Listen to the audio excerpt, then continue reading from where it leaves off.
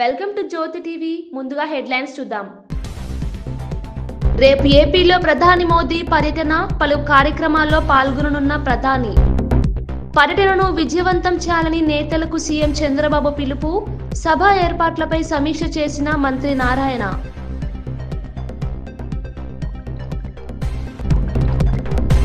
జూబ్లీహిల్స్ ఉప ఎన్నికకు బీఆర్ఎస్ అభ్యర్థిగా మాగంటి సునీత నామినేషన్, దివంగత ఎమ్మెల్యే మాగంటి గోపీనాథ్ మృతితో అనివార్యమైన ఉప ఎన్నిక, సిట్టింగ్ స్థానాన్ని నిలబెట్టుకోవాలని బీఆర్ఎస్ తీవ్ర ప్రయత్నం.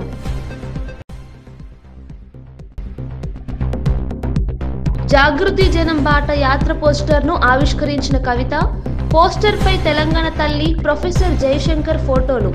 సామాజిక తెలంగాణ అన్నందుకు తన మీద కుట్రలు చేశారన్న కవిత.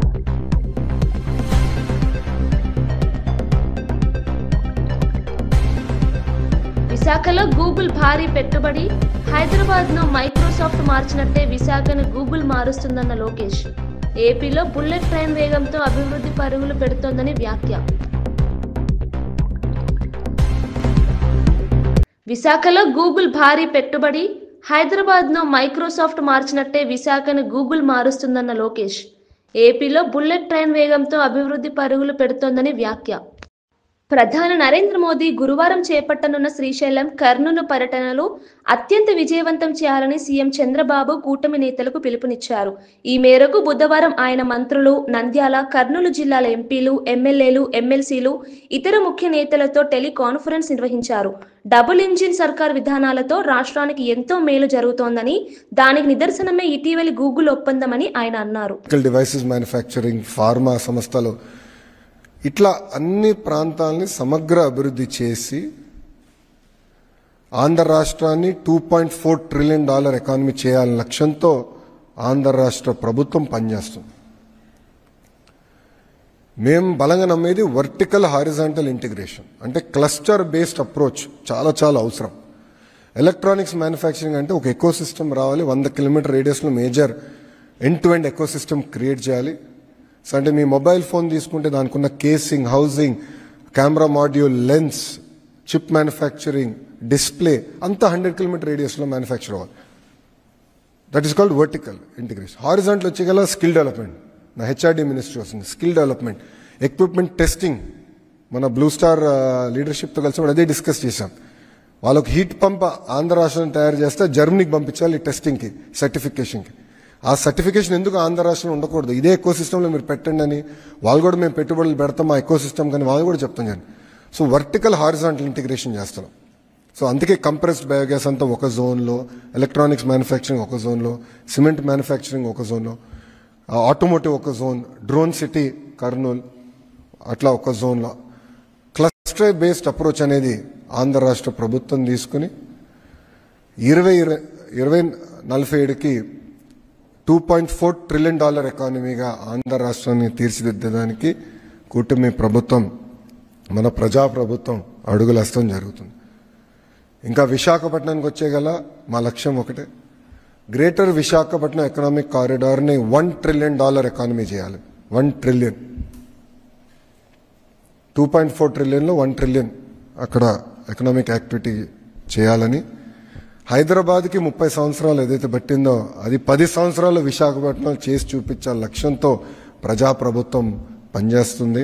దానికోసం విశాఖపట్నం ఎకనామిక్ కారిడార్ అని నామకరణం చేసి దానికి ప్రత్యేకంగా అధికారులను కూడా నియమించి ఇంటిగ్రేటెడ్ ప్లానింగ్, అంటే ఎయిర్పోర్ట్స్ కానివ్వండి, రైల్వేస్ కానివ్వండి, రోడ్స్, ఎడ్యుకేషన్ కానివ్వండి, కంపెనీలు ఎక్కడ రావాలి, ఎట్లా మొత్తం జోన్ ప్లానింగ్ చేయాలి.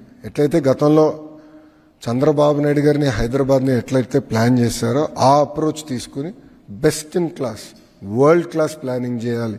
ఒక పక్కన విశాఖపట్నంలో, అమరావతి ఈ రీజన్ రెండోది, మూడోది రాయలసీమ ఎకనామిక్ కారిడార్.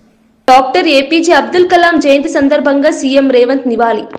మాజీ రాష్ట్రపతి, ప్రజల మనసులో చిరస్థాయిగా నిలిచిన శాస్త్రవేత్త డాక్టర్ ఏపీజే అబ్దుల్ కలాం జయంతి సందర్భంగా ముఖ్యమంత్రి రేవంత్ రెడ్డి నివాళులు అర్పించారు. జూబ్లీహిల్స్ లోని తన నివాసంలో కలాం చిత్రపటానికి పూలమాల వేసి ఆయనకు గౌరవం అర్పించారు. ఈ సందర్భంగా సీఎం మాట్లాడుతూ కలాం జీవితం యువతకు ప్రేరణగా నిలుస్తుందని పేర్కొన్నారు. దేశ అభివృద్ధికి కలాం చేసిన కృషి అపూర్వమని అన్నారు. కలాం చూపించిన మార్గంలో యువత నడిస్తే భారత్ ప్రపంచంలో అగ్రస్థానంలో నిలుస్తుందన్నారు. కలాం కలల భారత్ను నిర్మించేందుకు తెలంగాణ ప్రభుత్వం కృషి చేస్తుందని తెలిపారు. మాగంటి గోపీనాథ్ పై తీవ్ర వ్యాఖ్యలు చేసిన ఎంపీ ధర్మపురి అరవింద్, జూబ్లీహిల్స్ ఉప ఎన్నికల వేడిలో బీజేపీ ఎంపీ ధర్మపురి అరవింద్ సంచలన వ్యాఖ్యలు చేశారు. దివంగత మాగంటి గోపీనాథ్ జూబ్లీహిల్స్ వాసులకు డ్రగ్స్ అలవాటు చేశాడని ఆయన ఆరోపించారు. ఈ వ్యాఖ్యలు రాజకీయ వర్గాల్లో తీవ్ర చర్చకు దారితీశాయి. బీఆర్ఎస్ నేతలు అరవింద్ వ్యాఖ్యలను తీవ్రంగా ఖండించారు. మాగంటి కుటుంబాన్ని క్లబ్లలో డ్రగ్స్ సరఫరా ఎవరు కనుసన్నల్లో నడిచింది? లోకల్ నాయకుడు ఎవరు? కేటీఆరే చెప్పాలి ఆన్సర్. మరి దానికి ఆయన హయాంలో అయినాయి కేసులన్నీ అయినాయి. ఎవడు ఇడిపించిండ్రు? అక్కడ సరఫరాకి ఎవరు కనుసన్నలు అయినాయి? ఏం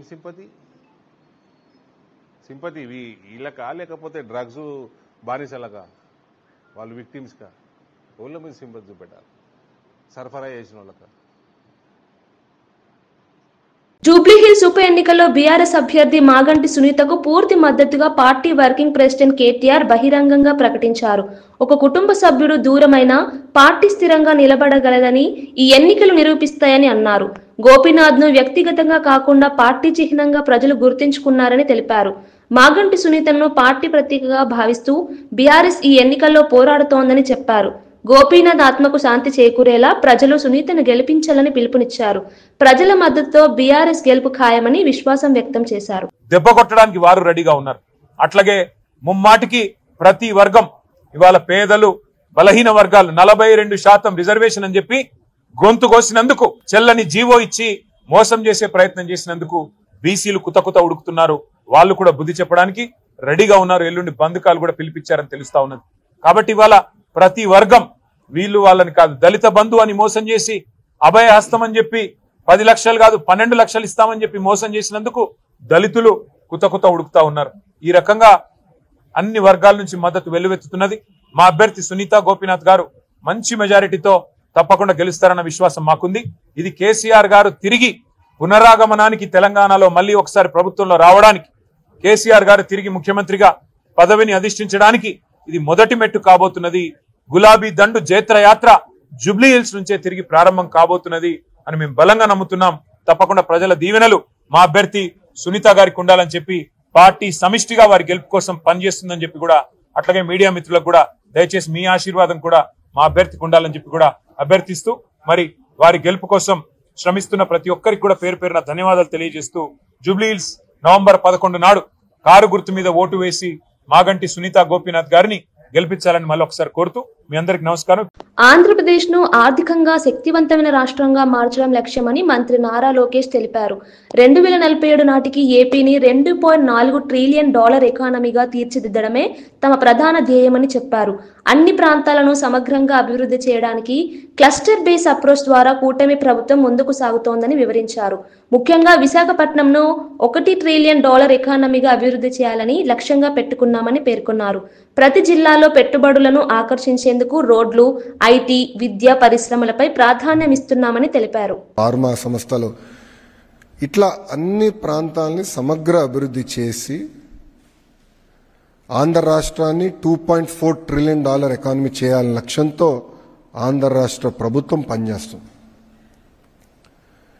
మేము బలంగా నమ్మేది వర్టికల్ హారిజాంటల్ ఇంటిగ్రేషన్, అంటే క్లస్టర్ బేస్డ్ అప్రోచ్ చాలా అవసరం.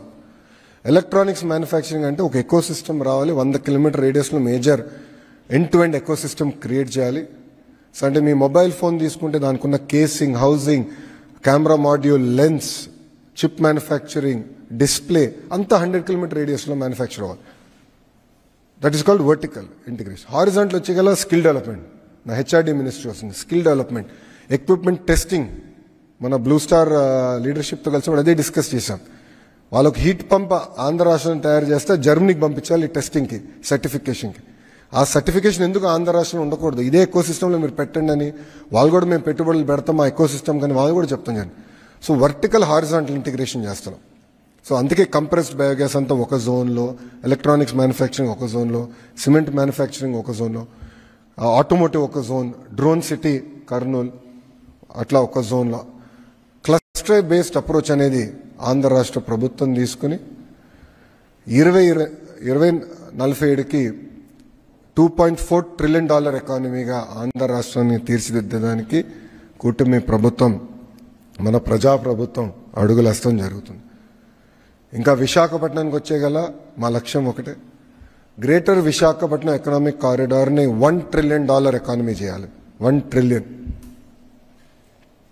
2.4 ట్రిలియన్లో 1 ట్రిలియన్ అక్కడ ఎకనామిక్ యాక్టివిటీ చేయాలని, హైదరాబాద్కి 30 సంవత్సరాలు ఏదైతే పట్టిందో అది 10 సంవత్సరాలు విశాఖపట్నం చేసి చూపించాల లక్ష్యంతో ప్రజాప్రభుత్వం పనిచేస్తుంది.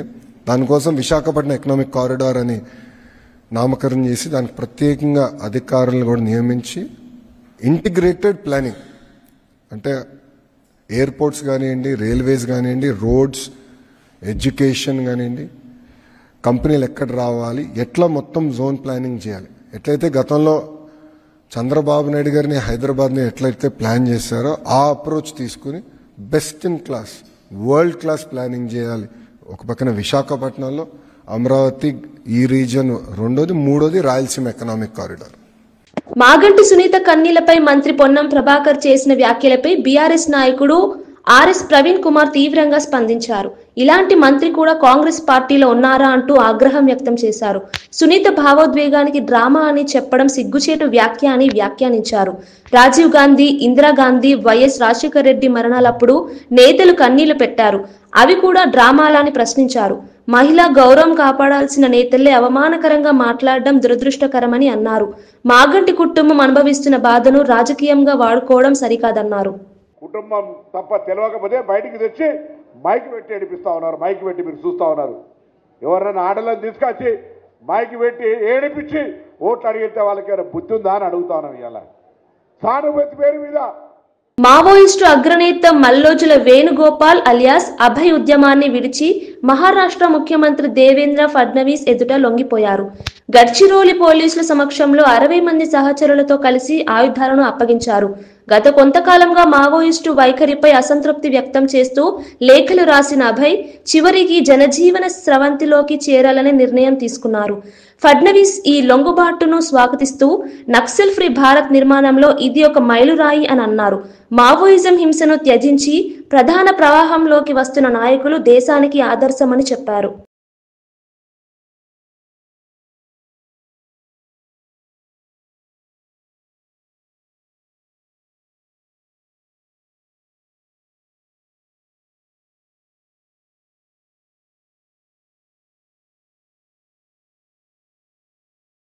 आज मला या गोष्टीचा आनंद आहे की गडचिरोलीच्या विकासाचा जो संकल्प आम्ही हातामध्ये घेतला होता, आज गडचिरोली हे स्टील मॅग्नेट बनत आहे.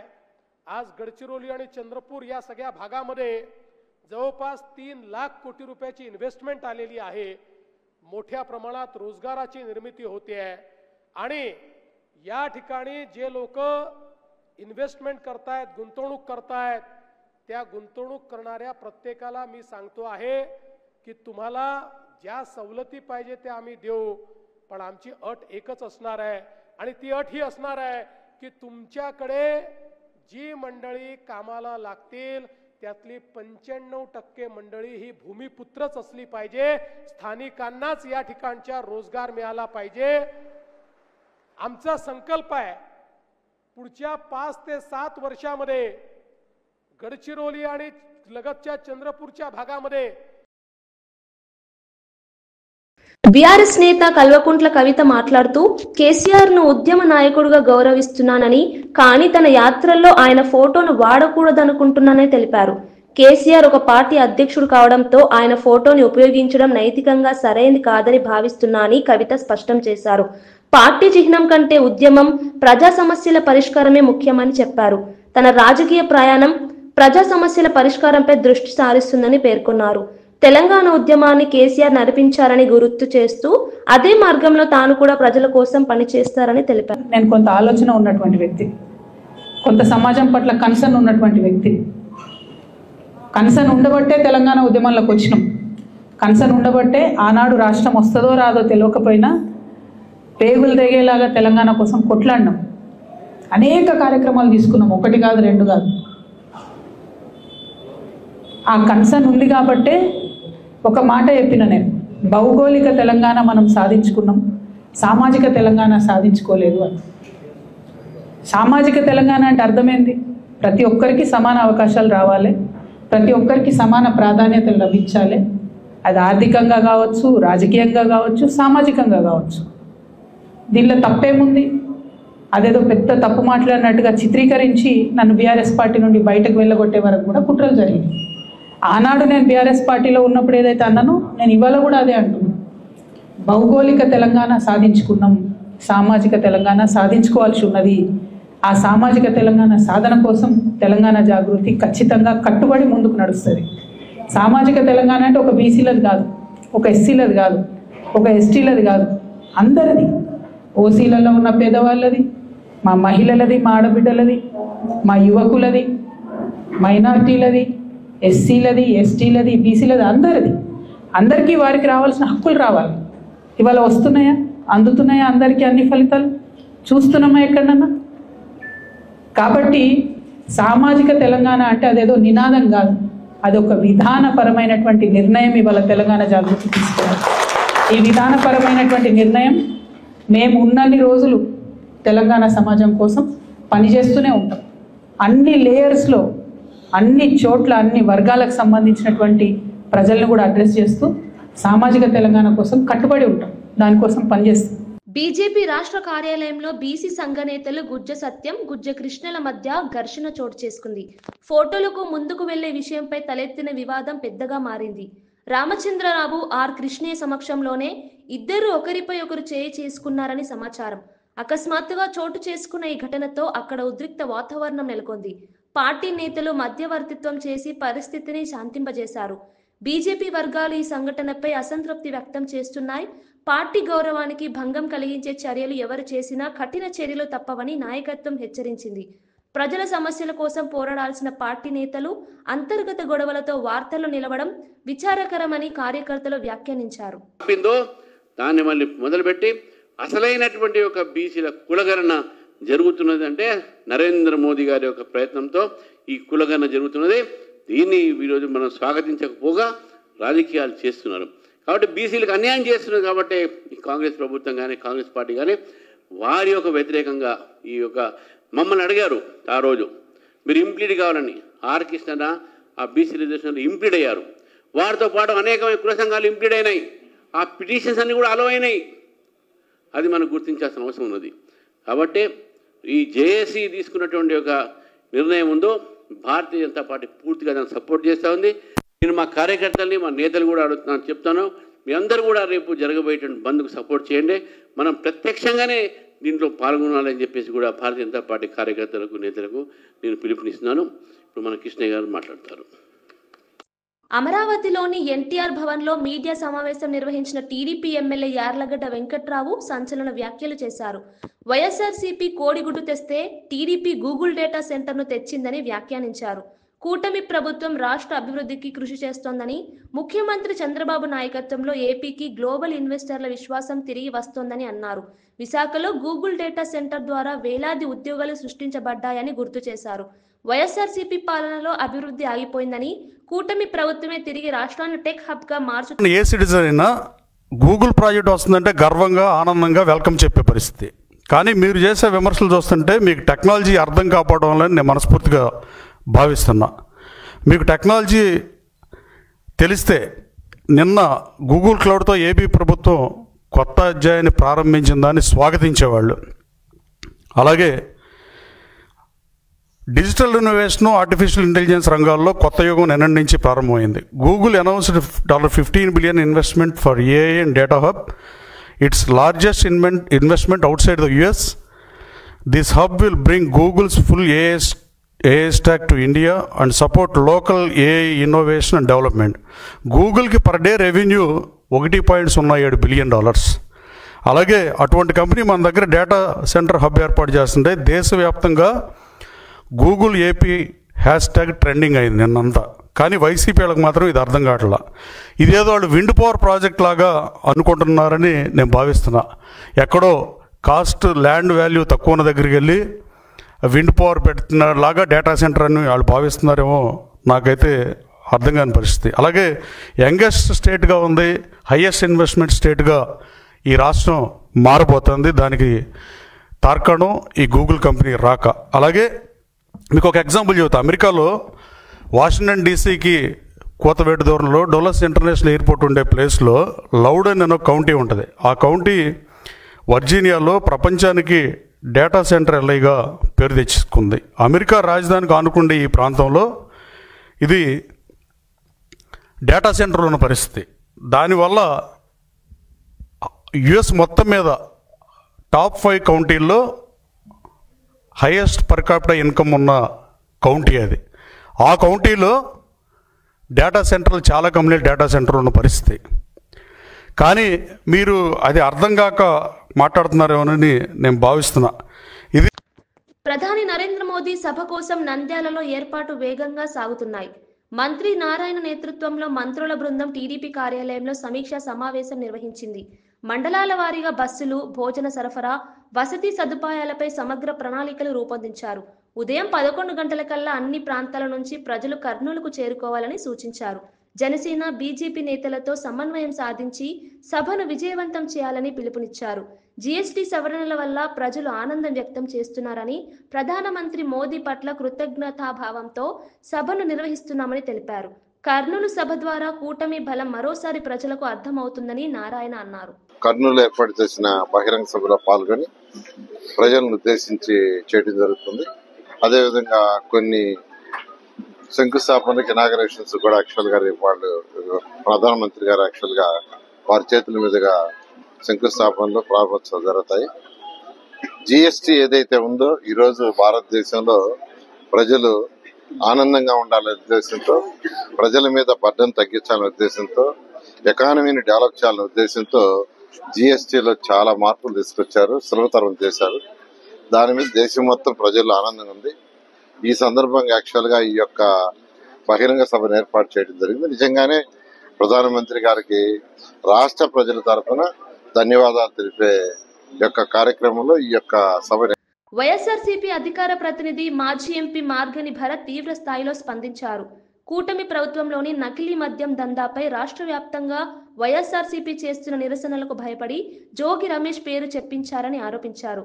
సిట్ అంటే సిట్, స్టాండ్ అంటే స్టాండ్ అనేది చంద్రబాబు నాయుడు నియమించిన అధికారుల తీరే అని ఎద్దేవా చేశారు. అసలు నకిలీ మద్యం దందా వెనుక ఉన్న పెద్దలను రక్షించేందుకే ఈ కుట్రలు జరుగుతున్నాయని తెలిపారు. ప్రజల ప్రాణాలను ప్రమాదంలోకి నెట్టిన కూటమి ప్రభుత్వానికి ప్రజలు తగిన బుద్ధి చెబుతారని హెచ్చరించారు. ఇప్పుడు తీసుకొచ్చేమో జోగి రమేష్ కి సంబంధం అని చెప్తా ఉన్నాడు. అక్కడే క్లియర్ గా అర్థమవుతోంది. అంటే ఇవాళ ఈ యొక్క కరెక్ట్ గా మేము అదే రోజున ఆంధ్రప్రదేశ్ అంతా ప్రొటెస్టులు చేస్తూ ఉంటే జోగి రమేష్ పేరు చెప్పించిన ఆఫీసర్లు ఎవరండి? ఈ సిట్ ఆఫీసర్లు కాదా? అంటే చంద్రబాబు నాయుడు గారు సిట్ అంటే కూర్చునేవాళ్ళు, స్టాండ్ అంటే నుంచునే వాళ్ళే కదా చెప్పించింది. మరి అప్పుడు దాకా ఈ సంవత్సరంన్నర కాలంలో ప్రజల చేత నకిలీ మద్యం తాగిస్తూ ఉన్నారు. ఇవన్నీ కూడా ప్రజలకు అన్నీ కూడా క్లియర్గా అర్థమవుతా ఉన్నాయి. బీసీలకు పదవులు ఇచ్చిన కేసీఆర్ ఉద్యమానికి మద్దతు ఇవ్వాలని ఆర్ కృష్ణయ్య పిలుపు. బీసీ నాయకుడు ఆర్ కృష్ణయ్య మాట్లాడుతూ మాజీ సీఎం కేసీఆర్ బీసీలకు అనేక పదవులు ఇచ్చారని గుర్తు చేశారు. ఇప్పుడు కూడా కేసీఆర్ చేపట్టిన ఉద్యమానికి బీసీ వర్గాలు మద్దతు ఇవ్వాలని కోరారు. రాష్ట్ర అభివృద్ధిలో బీసీల పాత్ర ఎంతో ముఖ్యమని, బీఆర్ఎస్ ప్రభుత్వం కాలంలో బీసీల స్థాయి గణనీయంగా పెరిగిందని తెలిపారు. కేసీఆర్ తీసుకున్న సంక్షేమ నిర్ణయాలు బీసీ వర్గాలకు బలాన్నిచ్చాయని పేర్కొన్నారు. తెలంగాణలో బీసీలు మరింత శక్తివంతంగా ఎదగాలంటే ఐక్యత అవసరమని అన్నారు. పార్టీలు మారినా బీసీల సంక్షేమం అనే లక్ష్యం మాత్రం నిలకడగా ఉండాలని కృష్ణయ్య సూచించారు. బిల్డప్ చేశారు. ఒక స్థాయిలో కాదు, అన్ని స్థాయిలలో ఉన్నది. అన్ని సందర్భాల్లో ముఖ్యమంత్రి కేసీఆర్ ఉన్నప్పుడు అడ్వకేట్ జనరల్ ఇచ్చారు. అనేకమైనటువంటి పదవుల్లో స్పీకరు, డిప్యూటీ చైర్మన్ కౌన్సిల్లో, ఇంకా అనేక రంగాల్లో ఇప్పుడు సందర్భం కాకపోయినా అనేక సార్లు బీసీల పక్షాన నిలిచారు. ఇప్పుడు కూడా ఈ ఉద్యమం లోపల మీరు అవుట్రైట్గా సపోర్ట్ చేయాలి. ఈ ఉద్యమం అందరికీ ఆదర్శంగా నిలబడేటట్టు మీరు అందరూ కూడా చర్యలు తీసుకోవాలని కోరుకుంటూ, తప్పనిసరి మీ పాత్ర గట్టిగా ఉంటుందని భావిస్తూ మాజీ మంత్రి జోగి రమేష్ సంచలన వ్యాఖ్యలు చేశారు.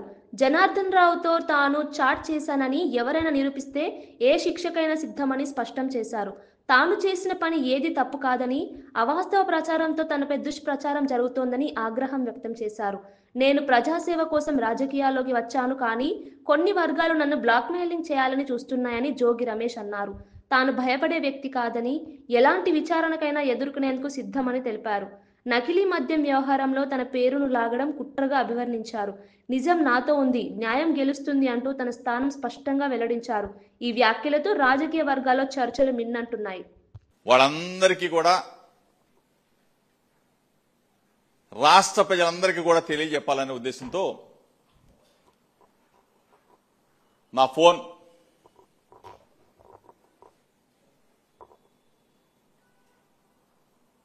ఎప్పుడైనా ఎక్కడైనా ఏ పరిస్థితుల్లో అయినా నేను జనార్దన్ రావుతో చాట్ చేశానని చెప్పేసి నిరూపిస్తే ఏ శిక్షకైనా సిద్ధంగా ఉన్నాడు ఈ జోగి రమేష్ అని చెప్పేసి మీ ద్వారా. బులెటిన్ ముగించే ముందు హెడ్లైన్స్ మరోసారి చూద్దాం. రేపు ఏపీలో ప్రధాని మోదీ పర్యటన, పలు కార్యక్రమాల్లో పాల్గొననున్న ప్రధాని. పర్యటనను విజయవంతం చేయాలని నేతలకు సీఎం చంద్రబాబు పిలుపు, సభ ఏర్పాట్లపై సమీక్ష చేసిన మంత్రి నారాయణ.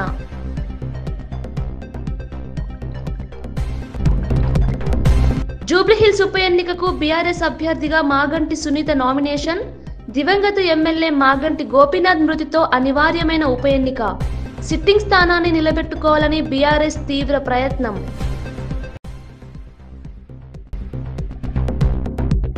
జాగృతి జనం బాట యాత్ర పోస్టర్ను ఆవిష్కరించిన కవిత, పోస్టర్పై తెలంగాణ తల్లి ప్రొఫెసర్ జయశంకర్ ఫోటోలు. సామాజిక తెలంగాణ అన్నందుకు తన మీద కుట్రలు చేశారన్న కవిత.